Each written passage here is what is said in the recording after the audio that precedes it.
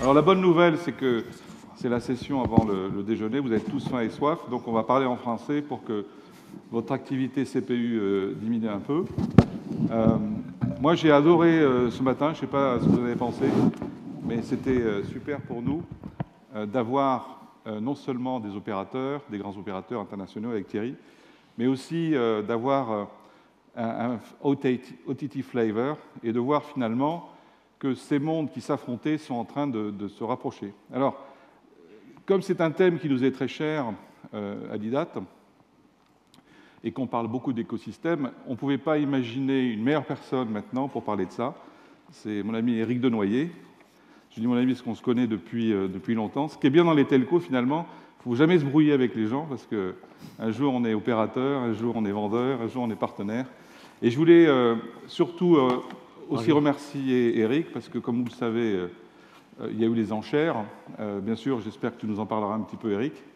Et puis il y a eu ce drame ce matin à Saint-Denis, et j'espère que tout le monde se porte bien. Et encore merci de venir à Montpellier pour parler de ton fameux triangle qui a alimenté les chroniques et qui est une bonne manière de synthétiser en fait, cet écosystème en mouvement. Éric, c'est pour toi. Merci beaucoup. Alors, mesdames, messieurs, bonjour. Pour ce qui s'est passé ce matin, fort heureusement, effectivement, le site de Saint-Denis de Numéricable SFR n'est pas très loin, mais était en dehors du périmètre qui a été affecté. Donc il n'y a eu aucune conséquence à part de monstrueux embouteillages. Mais évidemment, nous sommes bien affectés par tout ce qui s'est passé, les terribles événements. Et nous-mêmes, dans nos effectifs, nous ne déplorons aucune victime mortelle, mais un blessé. Et donc, nous sommes, et tous les salariés, affectés et choqués par ce qui s'est passé et toujours, effectivement, très attentifs à tout ce qui se passe. Pour passer ces dernières minutes de la matinée avec vous, effectivement, je vous propose en fait de partager la vision qu'un opérateur comme Numéricable SFR peut avoir du secteur en général. Alors, Numéricable SFR dans le groupe Altice, et vision qui, je l'espère, vous permettra de mieux comprendre finalement ce que nous sommes en train de faire. Alors, pour commencer, et ce n'est pas un cours d'économie, il n'est pas inutile peut-être de remettre tout ça en perspective. Et si on regarde finalement ce qui s'est passé chez les opérateurs français déjà, et je dirais ouest-européens, eh bien, et si on s'intéresse au chiffre d'affaires, vous voyez, le volume d'activité, eh bien, on a une courbe qui ressemble à celle que je vous présente là, qui en gros a été, depuis la déréglementation jusqu'à, finalement, il n'y a pas très longtemps, il y a 5 ans, une magnifique croissance. Une croissance qui a été tirée par, évidemment, le mobile. On a mis un téléphone dans la poche de tout le monde, alors même qu'à la déréglementation, les taux de pénétration étaient très, très faibles. Donc ça a créé une croissance considérable. Et puis, dans le fixe, tout le monde le sait, on est passé du téléphone analogique au téléphone triple play, il y a eu de l'Internet partout. Et là, c'est pareil, on a équipé chaque foyer d'une ligne Internet.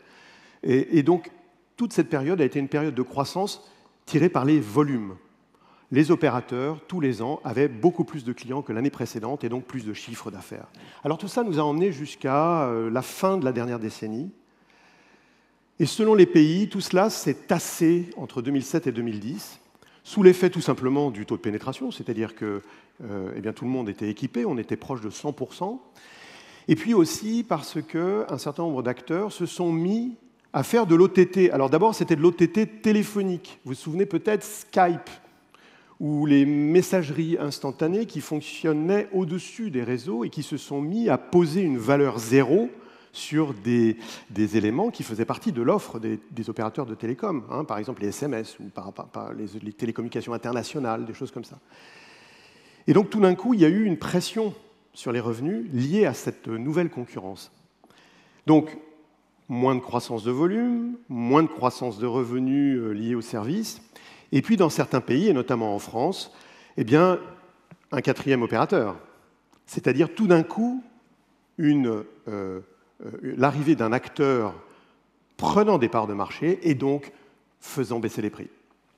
Alors c'est ce qui s'est passé à partir de la fin de la décennie 2010. Alors pour la France, ça a été fin 2011, hein, lancement de l'acteur que vous connaissez, et nous avons vécu presque 5 années de décroissance. On l'oublie. Je parle des opérateurs de télécommunications. 5 années de décroissance essentiellement liées à une pression de baisse des prix. Alors vous voyez, j'ai mis sur la courbe une sorte de point d'inflexion en 2014, et j'ai eu l'occasion plusieurs fois de m'exprimer publiquement sur cette question du retour de la croissance. Pourquoi? Eh bien pour ça. Parce que dans cette phase de décroissance, en fait, ce qui s'est passé, c'est un transfert de valeur. L'argent des ménages consacré aux télécoms, en fait, n'a pas disparu, il a été reporté sur les smartphones. On l'oublie souvent, mais il y a 5-6 ans, on téléphonait avec un téléphone qui valait 10 €. Je ne vais pas donner de marque. Hein. Ils étaient tout petits, ils valaient 10 €. Aujourd'hui, ça peut valoir 1 000 €. On est passé en 5 ans d'une acceptation qui était à quasiment nulle de payer un téléphone à aujourd'hui un objet qui ne fait aucun doute en termes d'utilité et que les gens sont prêts à payer très cher. On est passé de 10 à 1 000 €. Et si vous réfléchissez au fait que tout cela se renouvelle tous les, allez, on va dire 24 mois, ça fait 30 € par mois. Que d'une manière ou d'une autre, tout le monde paye. Simplement, on ne le paye pas au même. Et donc, ce qu'on a gagné comme consommateur dans la baisse des prix, en fait, on l'a redépensé en achetant un téléphone plus cher, qu'on a payé ou bien au Bon Coin, ou bien dans un magasin, ou bien dans son abonnement téléphonique. Mais quelque part, il se transfère de valeur. Il a correspondu à quoi? Il a correspondu au fait qu'il y a eu une magnifique innovation, notamment un acteur qu'on connaît bien, et la valeur d'usage a augmenté de manière considérable. On avait un téléphone tous dans la poche, maintenant on a un écran. Maintenant, on est habitué à vivre avec ces écrans, on ne peut plus s'en passer. Alors, donc, cette décroissance d'activité s'est accompagnée d'une transformation du besoin. Et moi, en tant qu'opérateur de réseau, qu'est-ce que j'ai constaté progressivement? J'ai eu l'occasion déjà de le dire, une croissance de plusieurs nouvelles demandes. La première demande, c'est la demande du débit. Ces écrans consomment du débit, consomment des vidéos, enfin tout le monde le sait bien. Et puis on en a plein à la maison maintenant, 6 écrans par foyer. Donc cette consommation de débit a créé une nouvelle demande vis-à-vis des opérateurs, une demande de fibre optique, hein, puisque le DSL ne convient plus, est limité en débit, et puis une demande de 4G. Donc tout le monde vous dit, voilà, on va vers la fibre optique, on va vers la 4G. On y va essentiellement parce qu'il y a une demande du consommateur, une demande de consommation de débit pour que les petits appareils qui valent, je ne vais pas dire une fortune, ça serait peut-être reproché, mais en tout cas qui valent beaucoup plus cher qu'avant, pour que ces objets servent à quelque chose. Alors ça, c'est la première chose. La deuxième chose, c'est que ces objets, ces smartphones, ces écrans, sont devenus tellement partie intégrante de notre quotidien que maintenant, il est devenu difficile, vous le savez bien, de vous en passer. Alors en tout cas, mes ados, c'est certain, vous autour de moi, probablement aussi, pour le travail, pour les loisirs, pour les communications de toute nature. Et donc, il y a une demande maintenant, qui maintenant est très prégnante, de permanence de la connexion. Non seulement on veut du débit, mais en plus, on veut que ça soit tout le temps, partout, sur tous les devices, à Tawad, c'est-à-dire un réseau, notamment un réseau radio, de bien meilleure qualité que ce qui pouvait exister il y a 3 ou 4 ans.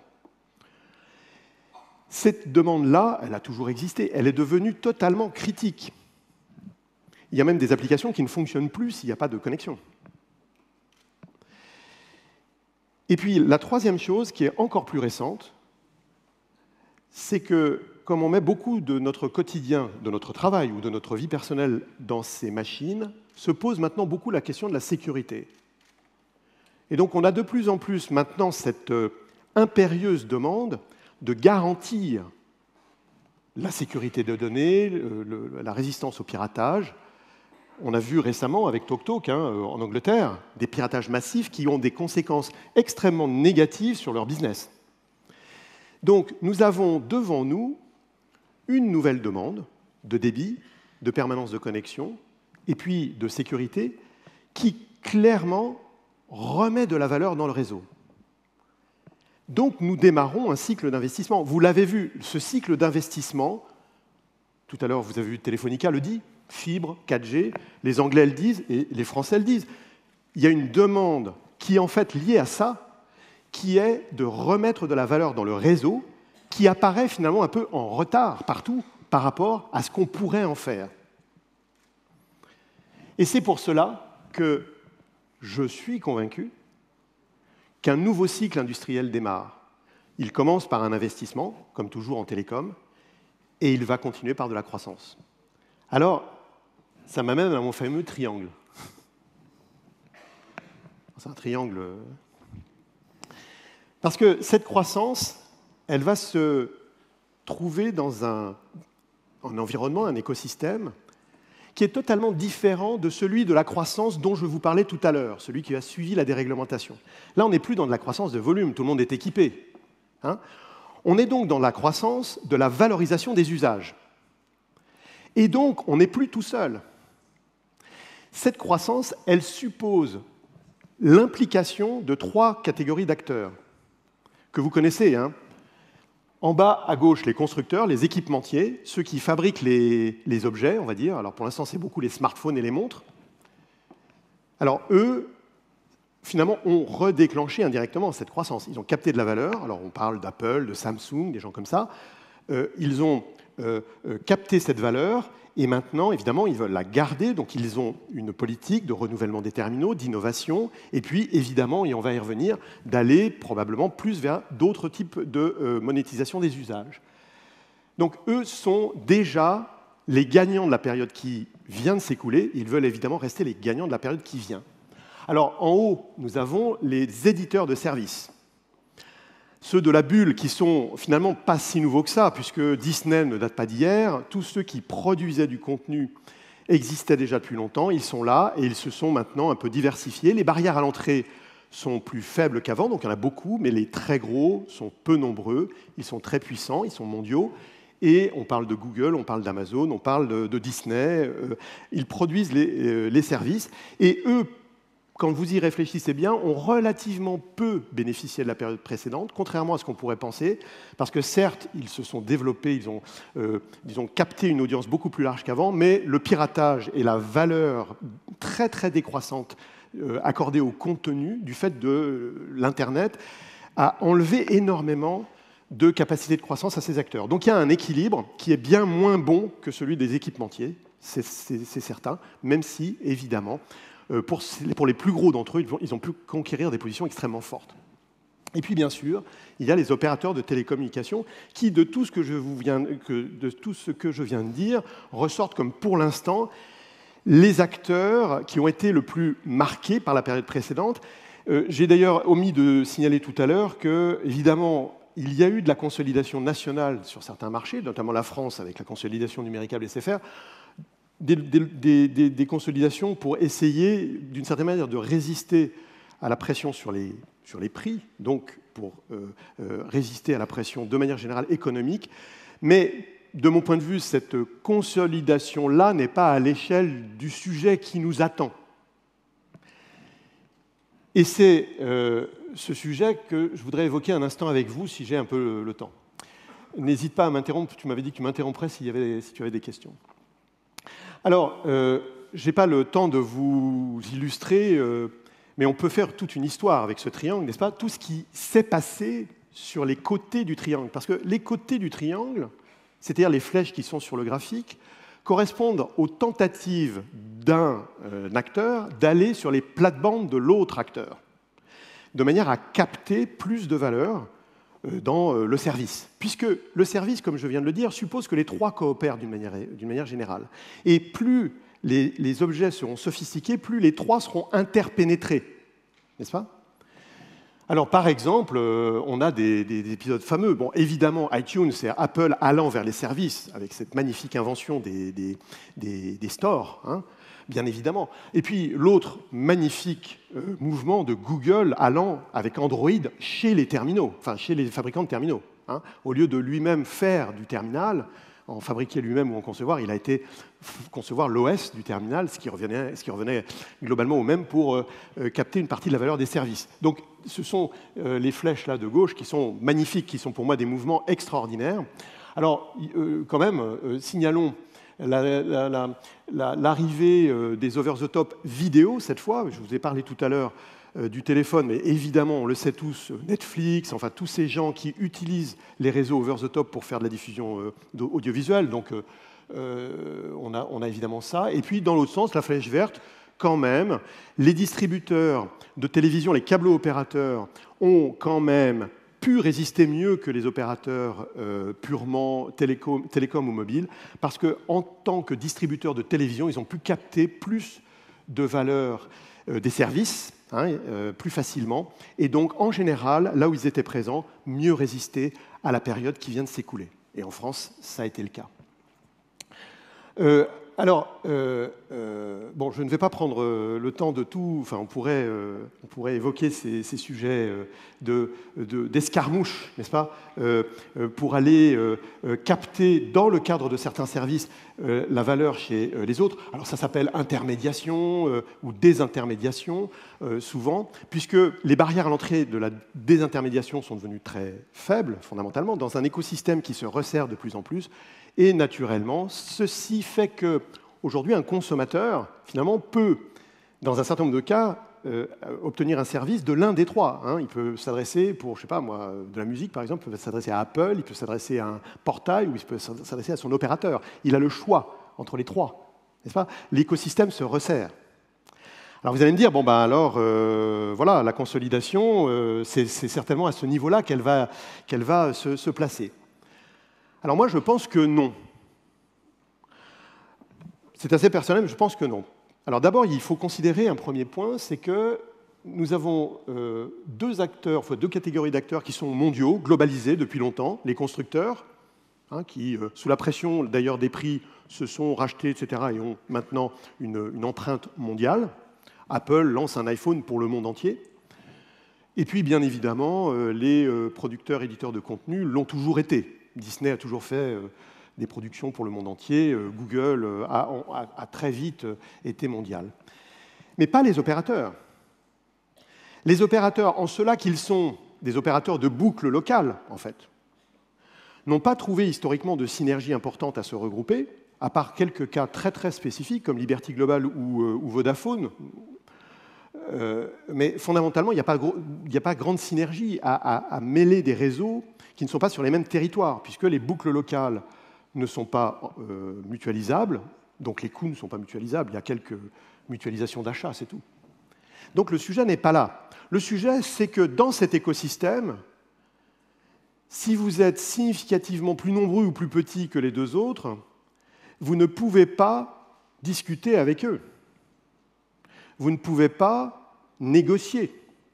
Vous ne pouvez pas correctement acheter ou peser dans un service dans lequel tout le monde doit être partie prenante d'une manière ou d'une autre. Donc s'il doit y avoir consolidation maintenant, c'est pour atteindre une taille critique. Et cette taille, elle se compte en nombre d'écrans. Chacun va se compter en nombre d'écrans dans ce triangle. Combien j'en ai? Et si je pèse significativement plus que l'autre, alors j'aurai un pouvoir plus important pour imposer ou bien mon service, mon standard, ou éventuellement un partage de la valeur qui me sera favorable. Donc la consolidation, qui a été une consolidation de mutualisation de boucles locales et qui pourrait l'être ponctuellement encore, doit être, il me semble, et c'est pour ça que mon propos est surtout ouest-européen en fait, parce qu'elle existe déjà, cette consolidation, sur d'autres régions, elle doit être pour obtenir une taille d'audience, un nombre d'écrans suffisant pour peser. Et dans ce contexte-là, et pour autant que ces acteurs, les acteurs dont nous sommes, soient suffisamment gros, alors moi, je pense que, oui, il peut y avoir un cycle de croissance important, durable, qui va être tiré d'abord par l'investissement vers le très haut débit, les nouveaux besoins réseau dont j'ai parlé tout à l'heure, et puis par l'innovation. Parce que, alors même que dans ce triangle, les opérateurs de télécom essentiellement subissaient les évolutions, de débit, de besoins, d'over the top, subissaient des agressions d'une certaine manière, avec une taille suffisante et avec une capacité d'innovation, les opérateurs de télécom peuvent maintenant innover et exister dans le triangle. Alors d'abord en étant suffisamment gros, et puis en reposant sur la légitimité que nous avons, là je vais me mettre dans ces opérateurs, en étant ceux qui installent les réseaux, ceux qui vont mettre dans chaque foyer du pays un bout de fibre optique, un élément radio. Nous sommes indispensables à la création de valeur de l'ensemble de cet écosystème et nous avons la connaissance intime du fonctionnement et de la configuration de nos clients. Parce que nous avons été chez eux, nous avons installé chez eux la fibre optique, nous savons qui ils sont. Et donc nous sommes légitimes à vendre à ces clients des services. Alors c'est la flèche verte, j'ai mis un point d'interrogation parce que je ne vais pas dévoiler trop de choses. Vendre des nouveaux services pour accorder les différents éléments de service que la maison va avoir, et puis des objets. Et ça c'est la flèche du bas. Des objets connectés non plus autour du smartphone, comme c'est le cas aujourd'hui, mais autour du réseau.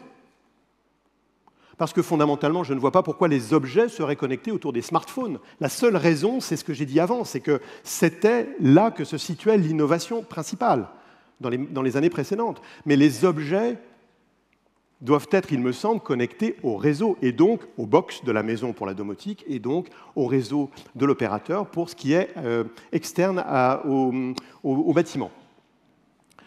Alors, un groupe comme Numéricable SFR intégré dans Altis, il me semble, grâce à son avance sur la fibre optique, et on a annoncé il y a quelques jours qu'on allait couvrir la France en fibre optique, 22 millions de foyers en 2022, c'est facile à retenir, et c'est ce que le dégroupage a longtemps été, c'est-à-dire toute la France.